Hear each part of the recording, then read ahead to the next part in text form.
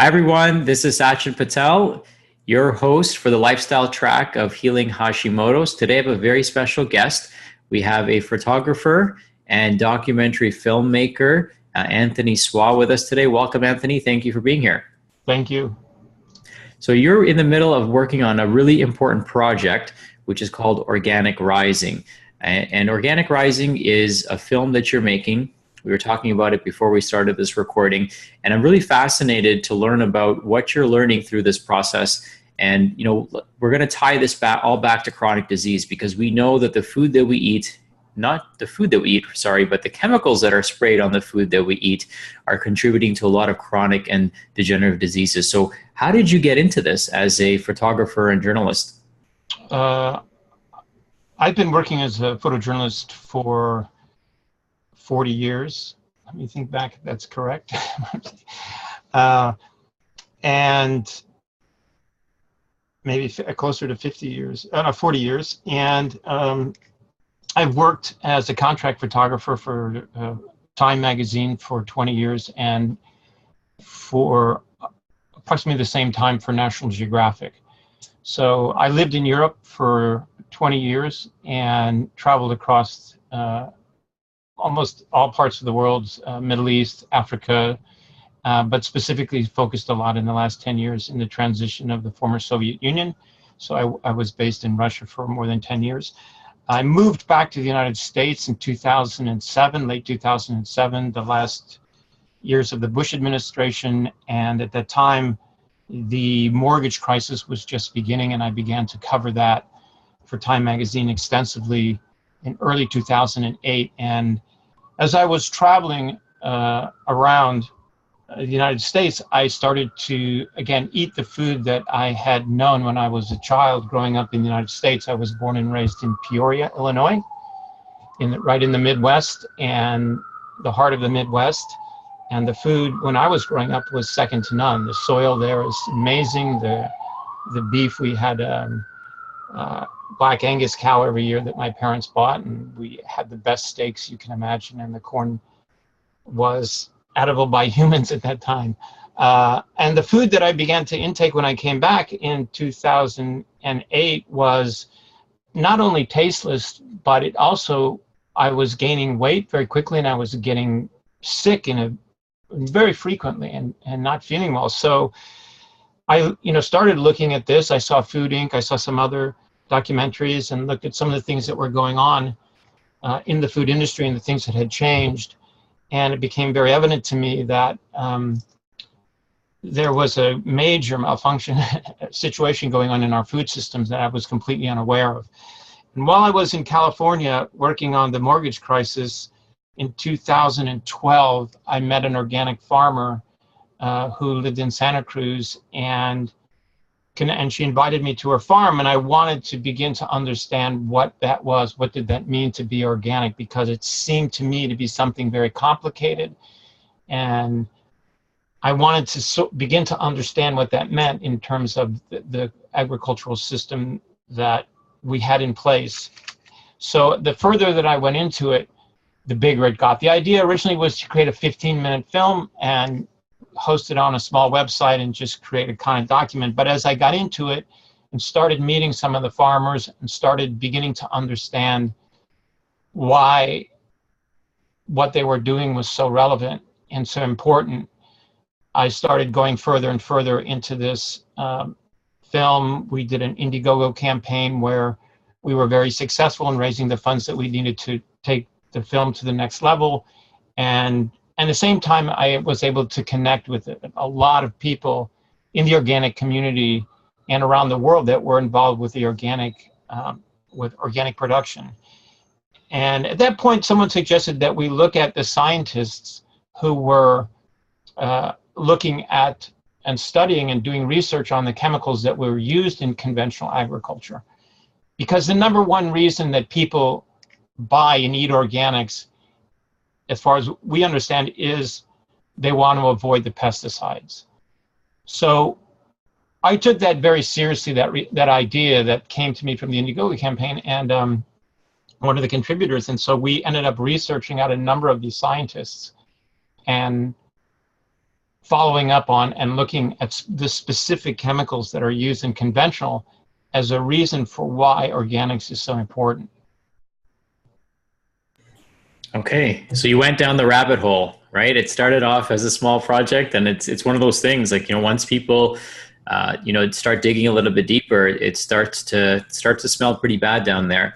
Now, you talked about some conventional pesticides that people are trying to avoid and their effects on human health. That's something that you're going to be covering in the film. So can you talk about how this relates to the organic movement in a little bit more detail? Yeah, I mean, what we did is we looked at 3 primary chemicals that are used in conventional agriculture. We spent time with a GMO farmer in the heart of Illinois, and this was a farm that, as a boy, I would go to for 10 days, 2 weeks every year in the summer. And at that time, it was a very diverse farm. There were all sorts of animals, cows, pigs, chickens, and an array of vegetables that were being grown. Today, it's run by the son of the farmer who ran the farm when I was a kid, but he and I grew up as kids together pretty much on that farm, so we were very close, and it was very easy for me to connect with him and interview him and get a real understanding of what it is that they use and the process that they go to. He's doing now only GMO corn and soy. That's pretty much prolific throughout the Midwest and throughout the country in terms of what agriculture is today. Everything is based on this GMO corn or this GMO soy products that are produced by a handful of chemical companies. And he was able to explain to us exactly the process in a year, what he puts in that field, from the fertilizers to the herbicides, the fungicides, and the pesticides that are used to create these GMO products on a 1 year cyclical basis. And then we went to the scientists who have been studying those primary chemicals for decades. When we looked at glyphosate, we spoke with Dr. Don Huber, who's a plant pathologist out of Purdue University. And he's been studying glyphosate since, I think, the mid-70s. And what he explains to us is primarily that glyphosate has 3 patents on it. It has a patent as a mineral chelator, which basically was its original intent in 1965 it was poured into boilers. It was used on boiler pipes because it would take minerals and it would turn them into liquid, and they can flush them out through the drain pipe. Well, what they learned is when they flushed them out, that it killed everything that was green and growing. Trees, shrubs, plants, grass, whatever, it killed them. So Monsanto takes it in 1975 and patents it as an herbicide. And farmers start using this as a chemical as burn down. So they will use it before they plant the field, before they put anything in, and it just wipes out everything in the field, and then they have a clean field to put their seeds in. Wow. In the mid-90s, Monsanto then comes up with a seed that is resistant to glyphosate, and it's a soy seed. And that soy seed, so the farmers can go out, they can plant all their soy seeds, and as soon as they start to grow, they can continue to spray the glyphosate as they see the weeds come up, and it kills all the weeds, and that plant is the only thing that's alive in the field. When you see a GMO field, whether it's corn or soy these days, especially in the middle of its growth or towards the end, those fields look amazing. I mean, they are super clean of weeds, and they're immaculate from fence row to fence row. They have these hundreds, thousands of acres of just these immaculate crops. The problem is that it is very complicated in terms of what it's doing to the plant in the soil. But let me finish with the patents by saying that the final patent that was placed on in 2004, 2005, I believe, by Monsanto itself was that they patented glyphosate as an antibiotic. And this is very important because the antibiotic effect of that chemical is obviously having an issue with the human biome and the human function. So according to Don Huber, when they spray this chemical onto the plant, a certain amount of it goes down into the soil, and it chelates the minerals in the soil that are important for the plant for its nutrient uptake. It's zinc, manganese, and iron.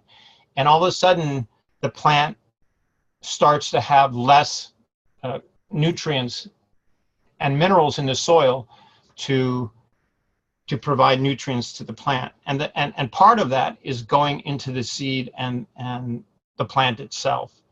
So it's going into the food, but it's also going into the food through the ground. From all the studies that I've seen and looked at, the use of glyphosate over 1 or 2, 3 years is pretty insignificant. And it does pretty much what Monsanto and these other companies will tell you it does in the labs and their test settings. And the soil is not really affected too bad. What I've seen is that fields that have used it for 10 years or more, and we're talking now farmers that have used it for decades, is that these soils are very depleted of mineral, and they're full of this antibiotic effect. So what happens is the antibiotic effect that goes into the food from the glyphosate, obviously you take that in through the food, because this is sprayed through probably 80% of the crops in the United States today, and it's that prevalent in our food system. Wow. It affects your gut microbiota as any antibiotic would, and it also creates a resistance to antibiotics. So this is not an acute effect that happens, but it's a chronic effect. It's a long-term effect that can happen on the gut microbiota. And when, of course, the gut microbiota is weakened and impeded, your immune system starts to diminish, and you have the onset of a number of different diseases that we're seeing now that have become prolific throughout the US and countries using these: Crohn's disease, celiac, all these sort of autoimmune system dysfunctions that we're seeing. And so that's basically one of the side effects. Again, one of the other uses of glyphosate is they use it now specifically in wheat production very heavily as a desiccant. It's used right before harvest. They use to dry down the plants. They'll spray it over the wheat because they believe it gives them a more uniform and higher yield. Right. And so we're seeing a huge amount of this wheat now with the glyphosate in it. And according to Don Huber, at that point in the plant's growth, 80% of the glyphosate goes into the seed itself, right into the food supply. So you're getting a much higher dosage of glyphosate when it's used as a desiccant, as opposed to just a herbicide. So, that's what we learned to a certain degree about glyphosate. It was declared a carcinogen by the World Health Organization about 2 years ago. Monsanto has been pushing back on that. Recently, there's some court cases going on in California, in San Francisco, where farmers are suing Monsanto because they believe that they've gotten cancer and Hodgkin's lymphoma from their exposure to glyphosate. Where I grew up in the heart of Illinois, I can tell you that cancer rates, specifically among farmers, are just out of control. They're building cancer wards all over the place. So there is definitely a correlation, and we're seeing all these effects in humans. And this court case in San Francisco, they just revealed last week a number of interoffice documents that was released by the lawyers working in defense of these farmers, showing that Monsanto themselves were very concerned about what these chemicals were doing to humans, and the suffocants related to Roundup with the glyphosate also were known to be carcinogenic. So even Monsanto itself was having a lot of interoffice questions about this chemical and its effect. So there's a lot of evidence coming out now that this chemical, which is the primary chemical herbicide used around the world today, in the United States we spray 85 million pounds a year, every year, for decades now, and that's all in our food. That's all going into the soil, and it's all going into the atmosphere. Glyphosate can get into the water supply and runoff. As many of the chemicals will soak into the ground, and over decades it can get into the groundwater and the drinking water. So that's another issue. Secondly, we looked at atrazine, and there we talked to Dr. Tyrone Hayes out in Berkeley, California, and he's been studying atrazine since the mid-90s. And atrazine, he was hired by the company who was developing the product at the time, and he exposed African clawed frogs to 1 part per billion of atrazine. What's legally allowed in our drinking water is 3 parts per billion in the United States. During the course of his research, he was able to convert male frogs into literally female frogs, where they would copulate with males and lay eggs and produce offspring. This study was rejected by the company. They went after him. They tried to discredit him, which was normal procedure for these companies. But his tests have been duplicated over 100 times around the world by various scientists and universities.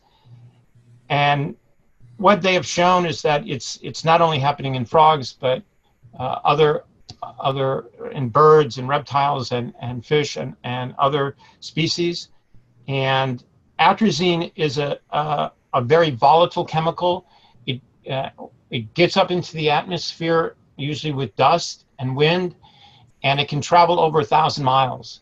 And Wow. when it rains, it rains atrazine.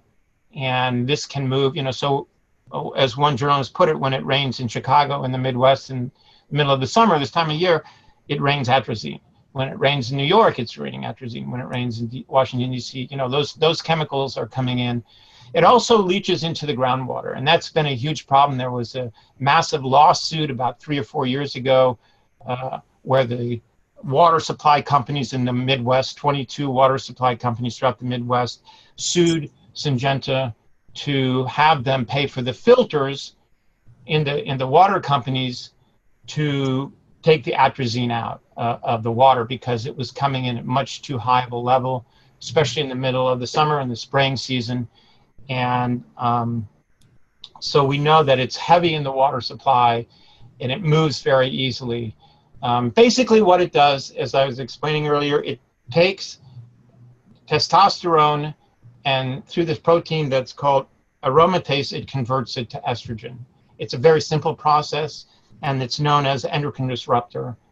And there are many chemicals that are in the agricultural community that are endocrine disruptors. And of course, this is worse in the placenta when the mother is pregnant and the child is there for 9 months. That fluid is there, and they're exposed for a longer period of time to those chemicals. So what you're seeing, according to Dr. Tyrone Hayes and to a prenatal doctor that we interviewed in Indianapolis, Indiana, who's seeing the effects of this on the children that he's dealing with, is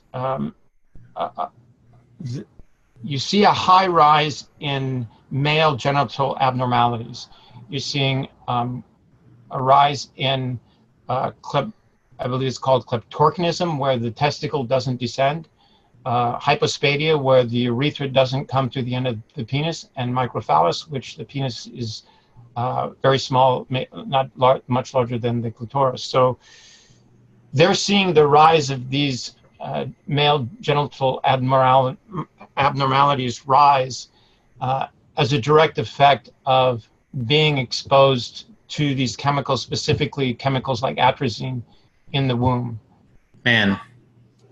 Yeah, I will say, when I was conducting the interviews with the scientists, which was in late 2014, I was so struck by the information that I was getting. I actually thought that the information wasn't true. There was no way that this information could not be known by the press and the general public. It's far too relevant to our health. And as I've spent the time to research and look at what their findings were and what they were telling me in their interviews, I've realized that everything they said was backed up by scientific peer-reviewed journals, and everything they were saying was accurate. Yeah, it's pretty scary, you know. Like I just wanted to circle back and talk about some of the things you mentioned earlier, you know, with glyphosate specifically. You know, we've got, you mentioned that the atrazine concentrates in the placenta, right? Yeah. So our children are born with this huge unfair disadvantage because they're basically, you know, soaked in these chemicals for 9 months. The mother is eating foods that are laced with chemicals. Now a lot of children are born via C-section, so they don't even get the mother's immune system. Then they're, you know, exposed to antibiotics in childhood, and you know, through the certain processes of life, sometimes we get infections, we take an antibiotic, and then they're being fed, you know, foods. I know even infant formulas that have soy and corn and stuff in them, they're probably doused with, you know, they're certainly doused with these chemicals during their growing season, but then the residues in these foods are definitely going to be there. And then, you know, wheat is a big staple in a lot of people's diets. And, you know, as you mentioned, that concentration of chemicals is higher in wheat products. So we have this like perfect storm for our children just to have a miserable future. So it's kind of scary. And I'm so happy that you decided to take the 15 minutes and turn it into a longer series, because I think this information does need to get out there. And I know there's other people in this space like Stephanie Seneff that are also doing work, you know, in regards to this, and Shiv Chopra here up in Canada, they're doing work in regards to this. But how does this, like, you know, how do people know this and continue to do it? And how is there not a public uproar or outcry that is, I mean, I would imagine people would be rioting in the streets if they actually knew this information, but they're not. Yeah, I think that the biotech industry, the chemical industry, has done a good job at attacking the scientists that and creating doubt. I mean, in the same way that the tobacco industry was able to push the realities of that off for quite some time. There's a lot of money involved, of course, billions of dollars involved with a chemical like glyphosate. So, I mean, one thing I'll add is, according to Don Huber, glyphosate is an endocrine disruptor when children are exposed to it in utero. Tyrone Hayes, I can tell you, there was a I don't know, 5 to 10 page article in the New Yorker magazine a few years ago that told the whole story of Tyrone, because he was talking about how people were coming to his lectures and they were screaming at him and trying to, and they were tapping his phone and they were threatening him. And during this court case where the 22 chemical companies in the Midwest were suing Syngenta, through a journalist that I know, they were able to get access to many inter-office emails that Syngenta had that clearly showed that they had meetings and talked specifically about discrediting Tyrone and how they were going to do it and laying out the plan. And that was all written in the New Yorker article about how they had tried to discredit him for many years, and yet his reputation is so valuable. When you go to his lab in Berkeley, it's an incredible place. It's immaculate. It's perfect. Totally under control, and he's got all these samples all along the walls of all these frogs, and he's got all this incredible work going on, and his work, by all accounts, according to the New Yorker and people who have researched him, is just impeccable.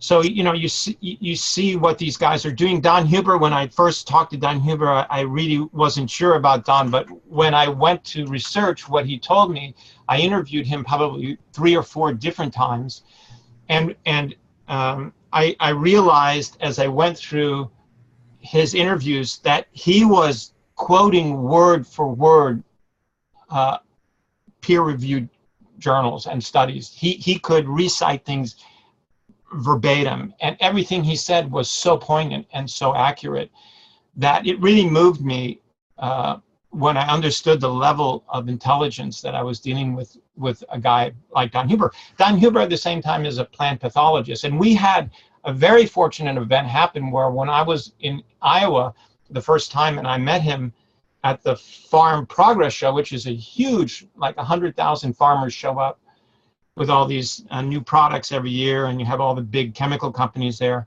Don was there, and he was going around with a small group to some farms in Iowa and talking to farmers, and I asked if I could accompany him, and he allowed me.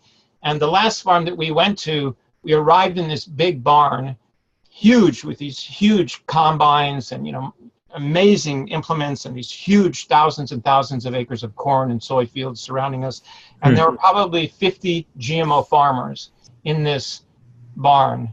And he is revered by these guys because he's so smart on plants and pathology, and they listen to him and they really idolize and they hang on to every word that he said. And he clearly stated to them, exactly as I stated to you, some of the issues related to glyphosate and atrazine. Some of the farmers that are pig farmers, such as Patterson in Denmark, who are experiencing, when they feed their pigs GMO, they see the level of birth defects and infertility, spinal bifida, all these other things escalates, just as we're seeing it escalate in our human population here in the United States. When he takes them off the GMOs and the glyphosate feed, all of a sudden their health improves within 2 weeks, and the fertility rates and the birth defects decrease. So, he was able to quantify this in front of a large group of farmers, GMO farmers, and he does that on a consistent basis. And as I understand, his crowds are growing larger and larger and larger as he goes out through the Midwest, and farmers are really listening because they're not being told this stuff by the seed companies and the chemical companies. Oh, of course not. They're told how effective it's going to be, how they're going to do that. And now, of course, the bigger problem is you have a lot of plants that now, I believe it's between 50 and 100 plants that are resistant to glyphosate weeds. And the big plant is the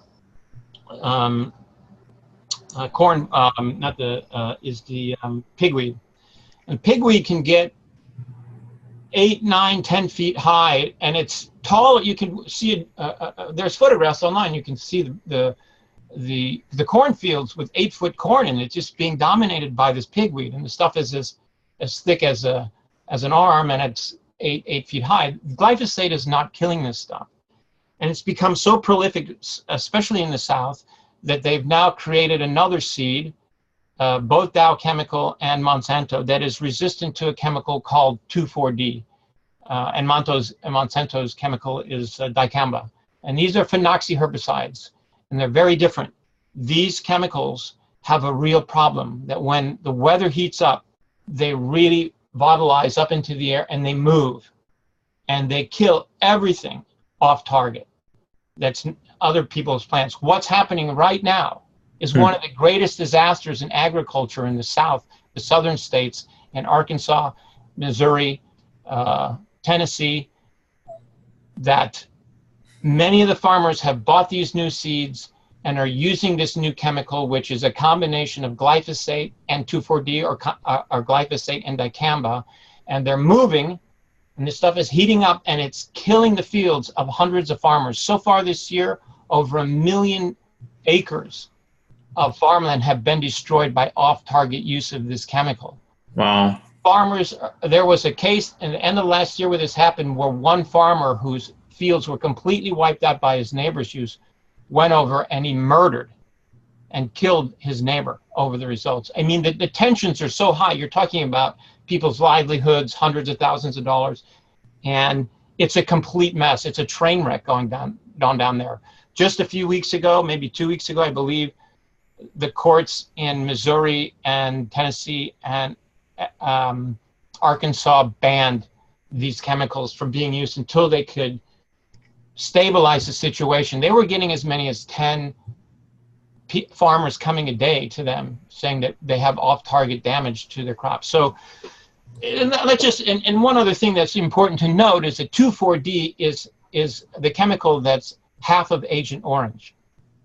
So we're now putting a chemical out there into the environment on a mass scale that's 50% of Agent Orange. And so, you know, there was a huge outcry by the public when this chemical was coming to market the last few years. And we have footage from the congressional hearings with the head of the FDA and the FDA and the EPA, where they banned the use of this chemical. And according to a major report by the Chicago Tribune, the farmers wanted, and the agricultural industry, the chemical industry, wanted to use this chemical so bad that they went in and they found a document that allowed 41 times more exposure to 2,4-D that showed no health risk. And the EPA took that new data and from that allowed the chemical onto the market. So what they did is they upped the exposure for humans 41 times what it was under the under the Bush administration, where under the Obama administration it was allowed 41 times, and that now maintains itself. So we're getting much higher exposure to a very dangerous chemical. It moves very easily, and it's creating a massive mess across the country right now. And we'll see how that plays out, because you're going to see a lot of lawsuits and problems coming from that through agriculture. So, I mean, how that's affecting us as well is there are certain health risks to that, and we'll see how that all plays out in the coming years, because we're not decreasing the use of these chemicals. That's the problem. You know, we have this system in place, and it's a crazy system, but we're not decreasing the use. We're decreasing the use. We're increasing the use, and we're spreading it wider. There are over 85,000 chemicals that now are allowed in our environment every year. And what we know for fact, and we have the EPA and the FDA standing in front of Congress in this film saying it is not our job to oversee the health aspects of those chemicals. That's the job of the chemical companies. That's their responsibility. They basically just rubber stamp the research that's being done to authorize the use of these chemicals. There's no oversight on these chemicals. And that's just the bottom line. And we are being exposed to thousands of chemicals. Again, 85,000 chemicals that have been approved in our environment. And it's industry run amok. And how do you even study, 85,000 chemicals and isolate one when people are exposed to so many? I mean, even before they're even born, and I would say that even before people are conceived, their mothers are exposed to these toxins, and they become incorporated into the fetus and then into the child. It's scary because we're seeing that decline of the health of the entire population, right? We're not just seeing children get sicker. We're seeing children, teenagers, middle-agers, adults, elderly people, everyone's getting sick at the same time. And they're all developing similar diseases in terms of hormone disruption and endocrine dysfunction and autoimmunity. We're seeing this becoming a huge, huge issue. And just to tie it back for our viewers, anything that affects the gut affects the immune system. So, glyphosate, as you mentioned, was originally one of its patents in the 90s or 2005 rather, you said, was for it to be an antibiotic. And so I know one of their crutches that they say is that human beings lack the shikimate pathway in our liver, so we don't metabolize it the same way as other species might. But here's the thing, our bacteria have this pathway. And we know, and and everyone watching this might know, that 99% of our genetic information and gene expression comes from our gut microbiome. So anything that we do to destroy our gut health, in combination with the food choices, the stressors that we're under, and the chemicals that we're exposed to, I mean, that's going to create a huge ripple effect in systemic health. And anyone who's watching this who has Hashimoto's, one of the things that I often say is that you'll never just have Hashimoto's. Like, if your body is attacking one of your most important organs, it's probably attacking other things. And it's probably not just an isolated problem that's causing your Hashimoto's. I mean, many roads lead to Rome, right? So there's lots of ways that this configuration of Hashimoto's can come to be. And certainly our food supply is one of them. So people really get hung up on what they eat. And what I think we need to focus on is what's being sprayed on what we eat and what's happening to what we eat before it gets on our plate. And, you know, from what you're saying also, it's hard for even organic farmers to maintain that pure organic status if the chemicals are being carried in the wind and in the rain. So, you know, maybe you can comment on that as well. Like if somebody says this is USDA organic, then what does that really mean? It might mean that the farmer didn't spray anything in their farming processes, but it doesn't mean that those crops aren't exposed. Is that correct? Drift is a very big issue in the organic industry, and there's a kind of war going on. Obviously, you're seeing the drift going on with this 2,4-D in the South from conventional farms that are using the seeds, the resistant seeds, to those who are not. So you have the same with organic farms that are being hit with these pesticides as well. There is in the organic USDA regulations a rule that there has to be a 30-foot, something relevant around a 30-foot buffer between anything that's conventional and organic. According to Don Huber, this is pretty much an irrelevant measurement. This stuff really does move and move off target. Glyphosate as well can move. So, you know, yeah, that's something that organic farmers are battling, and an organic farmer who's tested during his inspection for those chemicals and is found to have too high levels will lose his certification, and you know, they won't be able to keep it.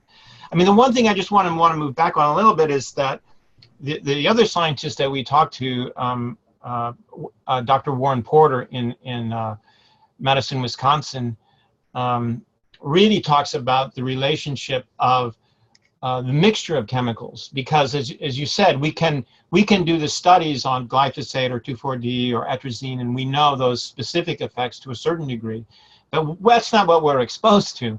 We're being exposed to a combination of these chemicals, and how do you quantify any effects of a human, especially over a long period of time, on those chemicals over a long period of time, and the GMOs themselves. And you know, one of the things that he said, and even taking it further than what you were saying, is everything connected with the gut microbiota also affects your immune system, and there are many connectors between your hormonal and sexual functions and your brain and neurological functions that are connected with the gut microbiota. So they know that once your gut microbiota is exposed to these antibiotics and this glyphosate and things, that it can also affect your neurological and your sexual functions. They're all related. And so all of these things are happening at the same time, and how all of these chemicals coming together in the food supply is affecting the mass population. I mean, it just gets into massive unexplainable possibilities of what's happening. I mean, you look at human beings up until, 50 or 100 years ago, we started using these pesticides with DDT in the 40s and early 50s. And you look at the obesity, you look at the health problems, you look at all the sexual dysfunctions. The Time magazine, or National Geographic, did a cover story on children who can't even figure out what gender they are. Because of they don't know what their genitalia is telling them. It's very, and as they grow and as they hit puberty, because of these endocrine disruptors and the connection between the gut microbiota and the neurological effect, you know, it has a confusing signals going to the brain. So there's all these things going on within our society that's extremely dangerous and extremely detrimental. The doctor that we spoke to, Dr. Paul Winchester in Indianapolis, Indiana, is seeing a huge increase in birth defects, infertility rates rising, both in terms of low sperm counts in the months, and they're seeing this in males mostly who were conceived in the months of major pesticide spraying in May and June. They see a rise in infertility rates. They see a rise in birth defects and premature births. And he says this has just exponentially risen since the 80s at a massive rate since the onset of these chemicals. So for me, when I arrived in the US in 2008, I saw a human population that was so disfigured physically. And you have to ask yourself why. We have never seen humans look like this in the history of mankind, and yet now we're overwhelmed with these kind of diseases, cancer even, and obesity, these things that have become prolific through our society. We've never seen these in the past, and that's all tied in with the time period that we've been using these GMOs and the related chemicals and pesticides. So that's, I think, something that we have to consider. And the chemical companies are saying, well, you can't prove this, or you just have a correlation. Well, I think we're at a point where we have to say, well, let's err on a little bit of the side of caution here. I mean, maybe it's your job to prove to us that it isn't a problem. And that's, I think, a lot of the points in the film that we're kind of making is, in terms of the pesticides, is these things are incredibly dangerous. And I'm all for making a farmer's life easier, whether you're an organic farmer or a conventional farmer. The life is a hard life, and these are hard jobs, and I'm all for making their lives easier, but not at the expense of society and human health in general, and the environmental health. Because what's this doing as well now to all the living environment that's around those plants, as well as the soil itself. What we see is in soil that's been saturated with these chemicals, glyphosate and atrazine, and fertilizers, these nitrogen fertilizers that they spray, is that the soil no longer holds water. As it was explained to me by the people at the Rodale Institute, when you have an organic soil that's full of organic matter and microbial activity, high microbial activity, you have these aggregates in the soil that is like a bent straw. It makes the soil very difficult to pull water down and evaporate upward. What happens when you put the glyphosate, you're breaking all the, again, it's a chelator, so you're breaking all these minerals and you're killing all the aggregates in the soil, and all of a sudden it's like a straight straw. And all of a sudden the water can go up and the water can penetrate down even further. So the water moves very quickly in that soil and can basically, what many of the plant pathologists and people who deal with soil will tell you is, at this point, most of those fields and that soil does nothing for those plants except hold them in place. That's all that they do. They're using a lot more water. In years of drought, organic soils produce much higher yields, as much as 30%, according to the Rodale Institute, than conventional. Wow. Because they're able to hold the water. And that's the soil itself. I think the idea is, if you think of the soil the same way as you think of your gut microbiota, is that you're dealing, the more healthy and balanced that soil is, as is your gut microbiota, that's the balance. I mean, that goes into the plant, that goes into you, your biota becomes healthy, and it's a cycle. And that's a very healthy cycle. That's a very clean cycle that nature has produced for millions of years. And when you start to break that cycle, you start to break down the whole system point by point. And that's basically what it is. So just so we don't scare people to death and depress them even more, what are some, possible solutions to this? Like, what do you see as a possible solution? Is there, I know Stephanie Seneff, I was at a presentation that she gave, and she talked about certain beneficial bacteria that are found in kombucha, for example, that can bind up glyphosate and help pull it out. Are there solutions that we can start implementing for anyone who's watching this? Like, what can they do to immediately start feeling better? I mean, you mentioned avoiding GMOs, which that's easier now than ever, but it's hard. It seems like it's very difficult to avoid the herbicides, the larvicides, the fungicides, and the pesticides. So is there something that people can do to bind some of those things up, like activated charcoal or growing your own food or drinking more kombucha? Like what are the solutions that people can start implementing? Because I don't see this changing anytime soon, and I'm sure you're in agreement with that, that it's, you know, we need to come up with a solution now to protect our children and future generations. So what can the average person do?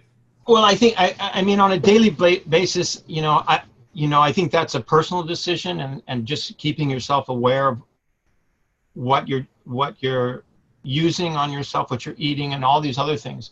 But I think on a broader sense, and what we do get into then in the film, and the most important point is the organic industry, and that of course is a way that, to combat all these issues with pesticides and GMOs and these things that are in our food that can be very harmful to ourselves and our children. And the USDA organic label has been set up, and I think most people don't understand this, and I think it's important, and this is one of the things that we explain very clearly in the film. We go through all the aspects of this label, is that originally when it was founded, the USDA label, they created a non-governmental body. It's the only non-governmental body in our government, so to speak, that has oversight on the USDA organic program. And it's called the National Organic Standards Board. And that board consists of 15 members. Some of them are small organic farmers, some large organic farmers, food advocates, scientists. It's an array of people that are in this group. They change every year. They're voted in and out. And twice a year, they hold public open forums in different cities around the country every time to make sure everybody has access to it, where you can go and you can say, I don't like this product in my organic food.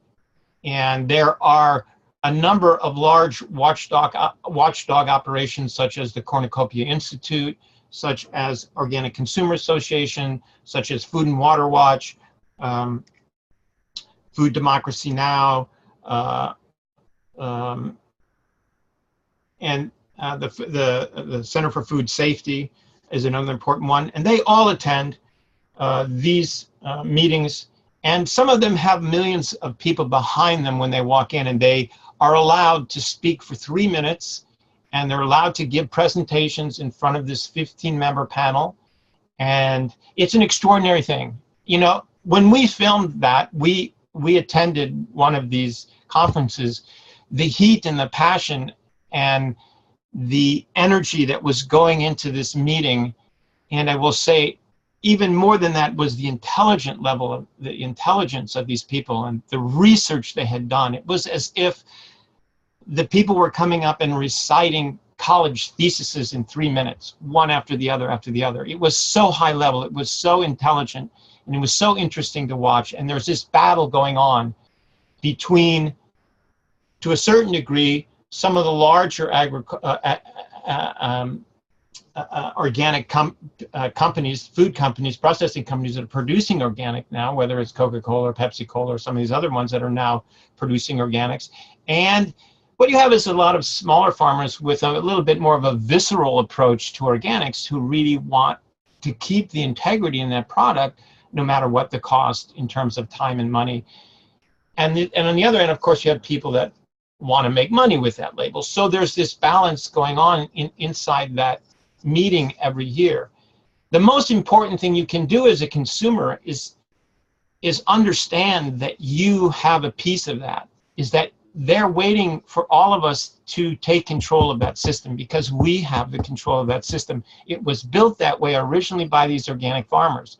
And the more people that we can educate and make understand that you have the right to go to these organic, the National Organic Standards Board meetings and input, connect yourself with some of these big watchdog groups. If you have a beef about something, whether it's copper hydroxide or hydroponics or whatever it is that your interests are in the organic community, you can have an input there. And I think the more people that come on to that as a public, to force and make sure that that USD organic label means what we want it to mean, that we want to keep those pesticides out of there, that we want to keep those GMOs out of there, that we want to keep that clean, healthy soil in the ground, and our plants coming up with those nutrients that we want and flavors that we want in our foods.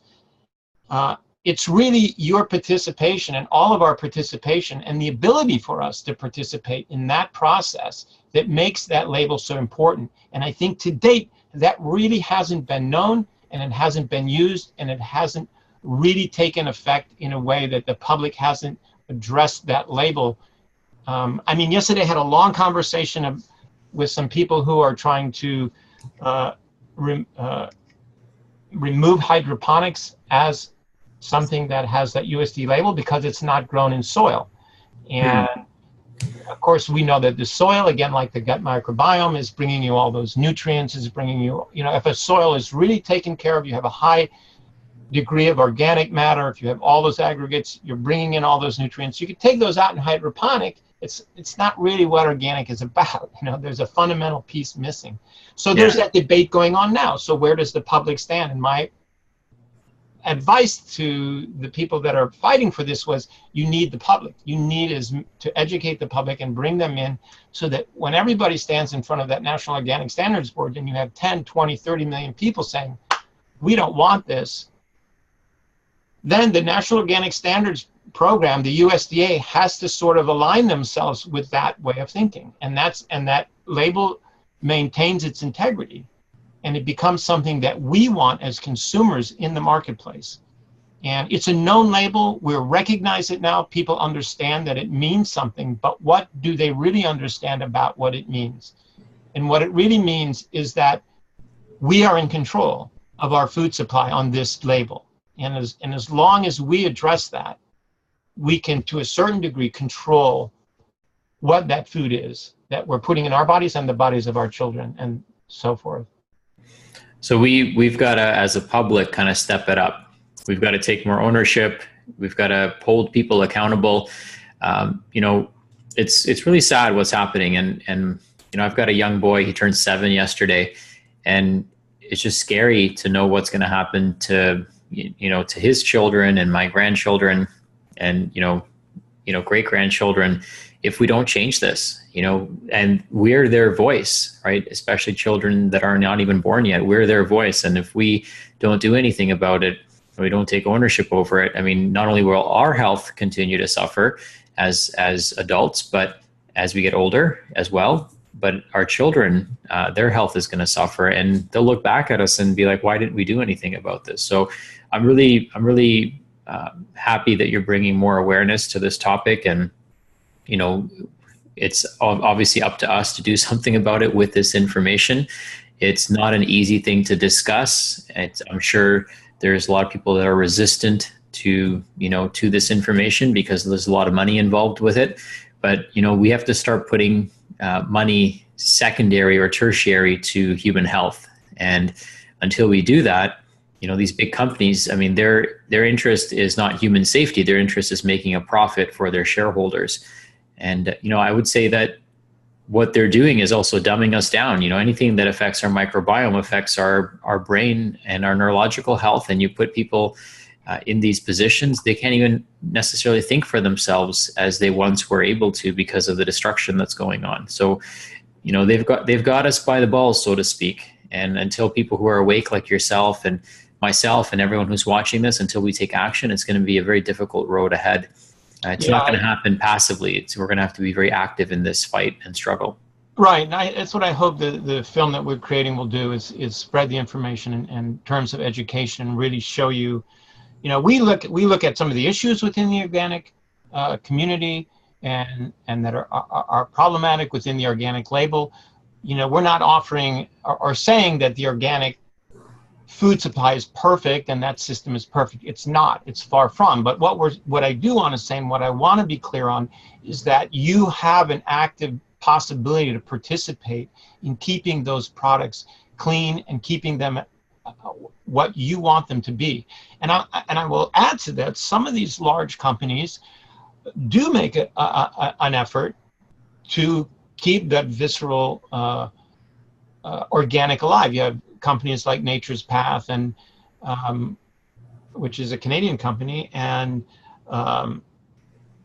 there's just a number of them that are big, even within General Mills, and some of these people who do work within the organic standards. And I will say that when we did an inspection, we went with an inspector, and the inspectors do not work.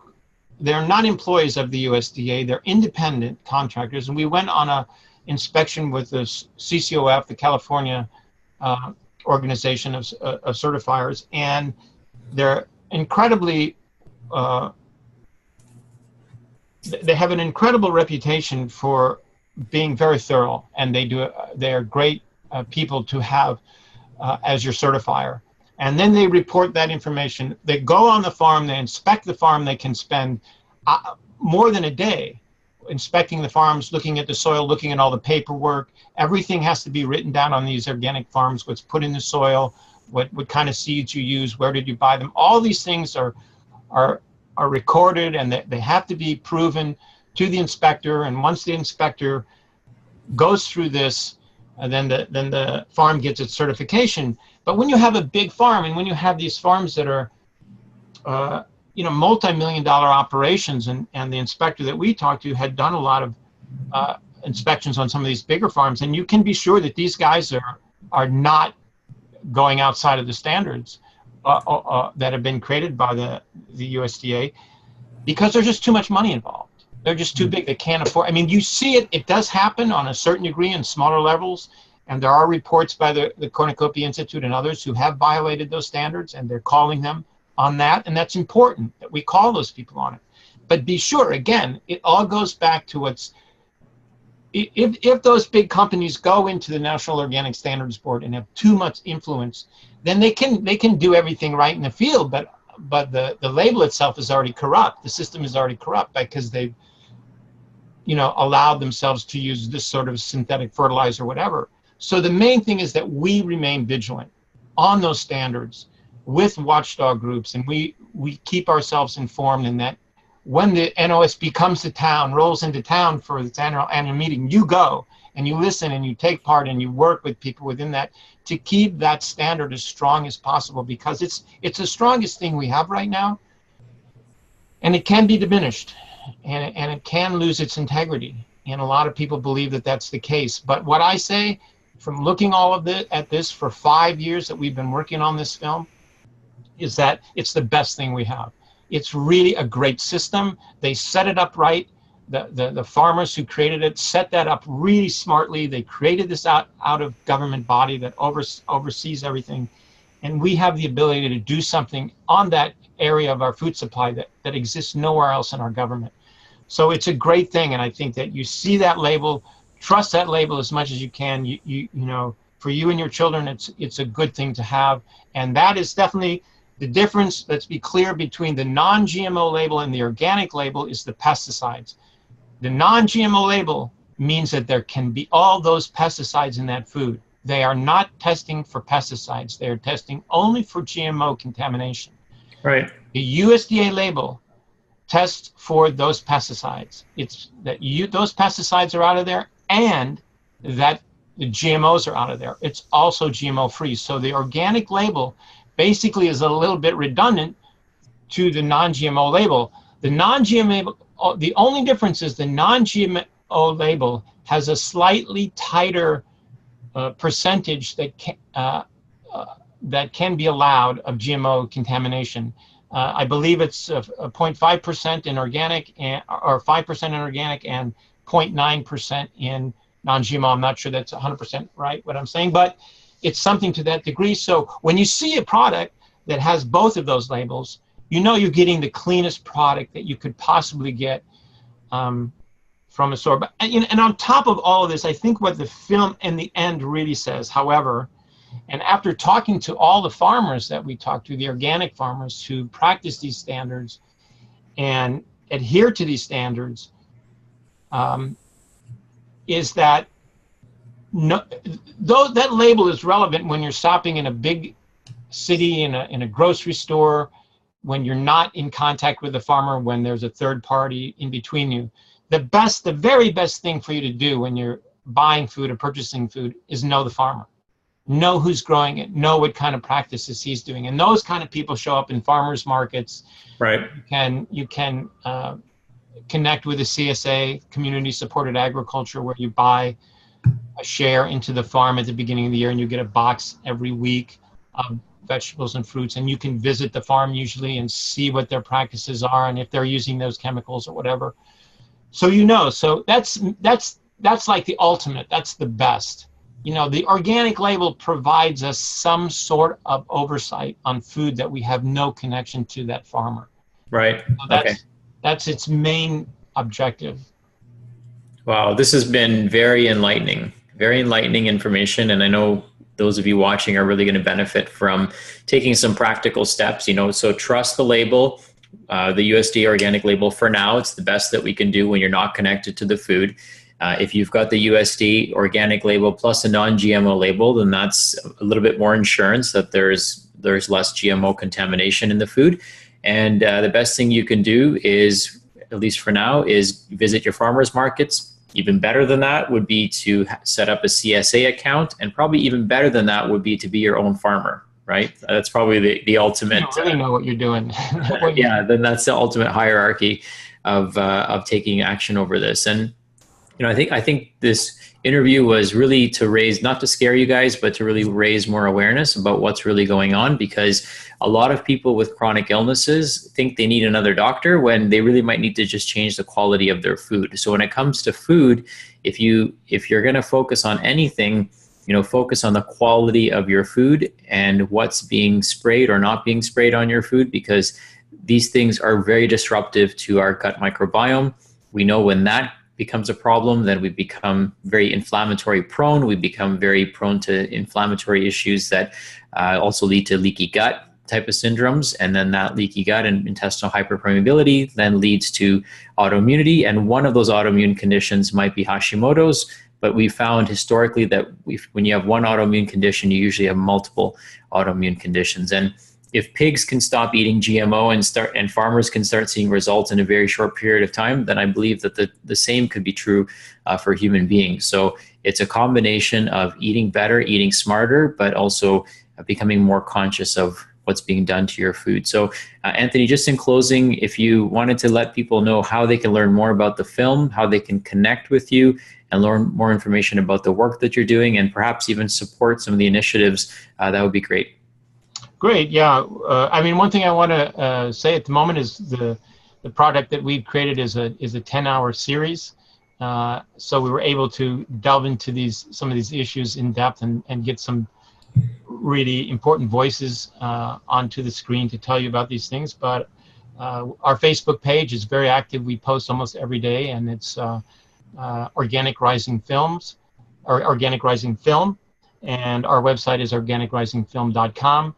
And we hope to keep everybody informed about when this film will be out and available to the public, so that we can get this. We're working very hard right now to make sure that this gets out as quickly as possible, because we believe that we've created probably the most detailed film about this aspect of the food system, the organic industry that's ever been created, and we're anxious to get it out there into the public. I'm super excited to watch it, and you have my full support. And as soon as the film comes out, we'll be certainly sending our contact list an email to inform them, because, people, it's one thing to hear it from us, but it's another thing to hear it from the experts that you've curated as part of this documentary. So I appreciate you for putting all that time and effort. I know it's not an easy task. I know you've probably had to bang on some interesting doors, and you've seen some interesting things about our food supply. And I again want to honor you and thank you for sharing that and bringing that to the public. Thank you so much for having me on. Appreciate it. My pleasure. Thank you.